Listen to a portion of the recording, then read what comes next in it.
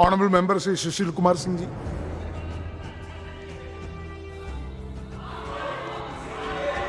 धन्यवाद धन्यवाद सभापति जी। Please. आपने Please. Honorable members, please. धन्यवाद सभापति जी। आपने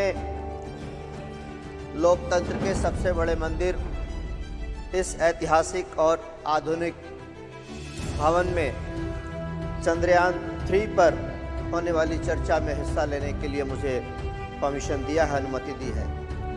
महोदय, मैं काफ़ी देर से पक्ष विपक्ष के बहुत सारे अपने सहयोगियों माननीय सांसदों की बातों को सुन रहा था।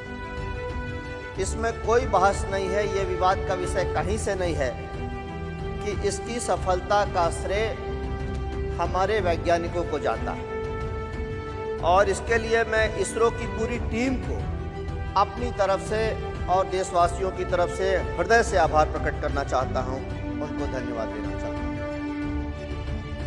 मैं अपने कई साथियों को सुन रहा था।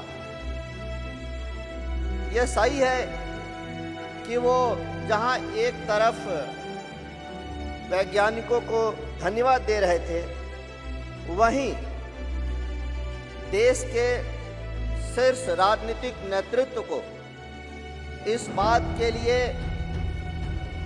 कटघरे में भी खड़े कर रहे थे। पुरानी बातों को दोहराकर ये कह रहे थे। हमारे एक माननीय सदस्य ने तो यहाँ तक कहा कि खाना बनाने वाले शेफ को क्रेडिट जाएगा या उसको परोसने वाले वेटर को क्रेडिट जाएगा।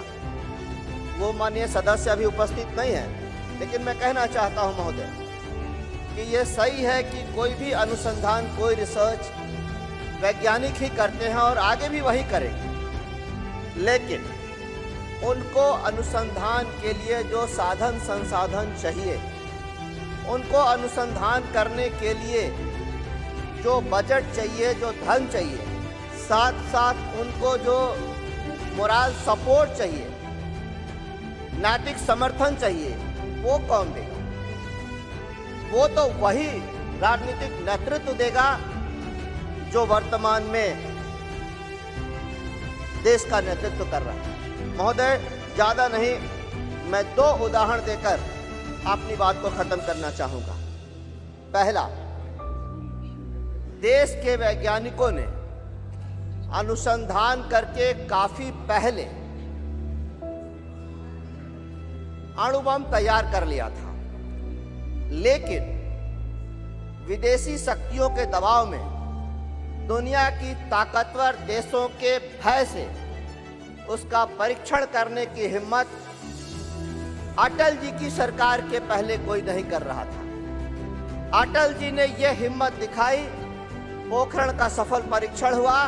तो मैं उन सदस्यों से पूछना चाहता हूं कि आप क्रेडिट किसको देंगे?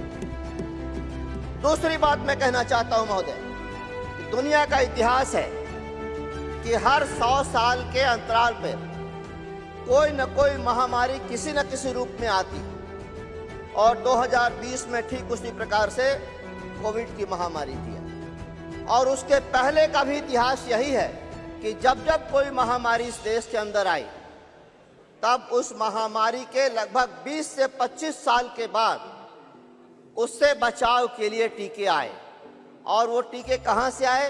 विदेशों से आए। लेकिन इस बार जब 2020 में कोविड की महामारी आई, जो एपिडेमिक आया, 1 साल के अंदर देश ने एक नहीं, देश के वैज्ञानिकों ने एक नहीं 2-2 टीकों का निर्माण किया अपने अनुसंधान की ताकत पे, बल पे, उसके आधार पे। मैं पूछना चाहता हूं उन सदस्यों से कि इसका क्रेडिट आप किसको देना चाहेंगे? महोदय, 1 मिनट, मैं समाप्ति कर रहा हूं। तो बहस का विषय यह नहीं है कि श्रेय किसको जाना चाहिए। जिसके पास नेतृत्व होगा वही तो हमारे वैज्ञानिकों को, हमारे आदरणीय प्रधानमंत्री जी प्रयोगशालाओं में जाकर वैज्ञानिकों का मनोबल बढ़ाते हैं, सफलता पर उनसे गले मिलते हैं, तो क्यों नहीं उसका उत्साह बढ़ेगा? और क्यों नहीं देश के लिए दोहरी, दुगने नहीं 100 गुने उत्साह के साथ वो काम करेंगे? ये बहस, ये चर्चा राजनीतिक बहस का नहीं, क्रेडिट लेने की होड़ का नहीं था, लेकिन कुछ सदस्यों ने जब ये बात कह दी तो मुझे इस बात को कहना पड़ा इस सदन में कि इसका श्रेय वैज्ञानिकों को जाता है। एक तरफ जहां हिंदुस्तान का लोहा दुनिया मान रही है और भारत का डंका दुनिया में बज रहा है, चाहे वो चंद्रयान 3 की सफलता हो या G20 की सफलता हो, और दूसरी तरफ हम अपने ही सुशील जी, जगह please conclude. अपने ही सदन में बैठकर अपने ही सरकार को, अपने ही नेतृत्व को सवालों के कटघरे में खड़े कर रहे हैं। महोदय, प्लीज मैं कहना चाहूंगा, फिर से ये कहना चाहूंगा कि हमारे वैज्ञानिकों को जो मोरल सपोर्ट, जो राजनीतिक और समर्थन, जो नीतिगत समर्थन उनको मिलना चाहिए, उसी के आधार पर ये सफलताएं हुई है। सफलताएं तो इतनी है, लेकिन आपके पास समय नहीं है, इसलिए मैं अपनी बात को यहीं समाप्त करता हूं। Thank you. धन्यवाद।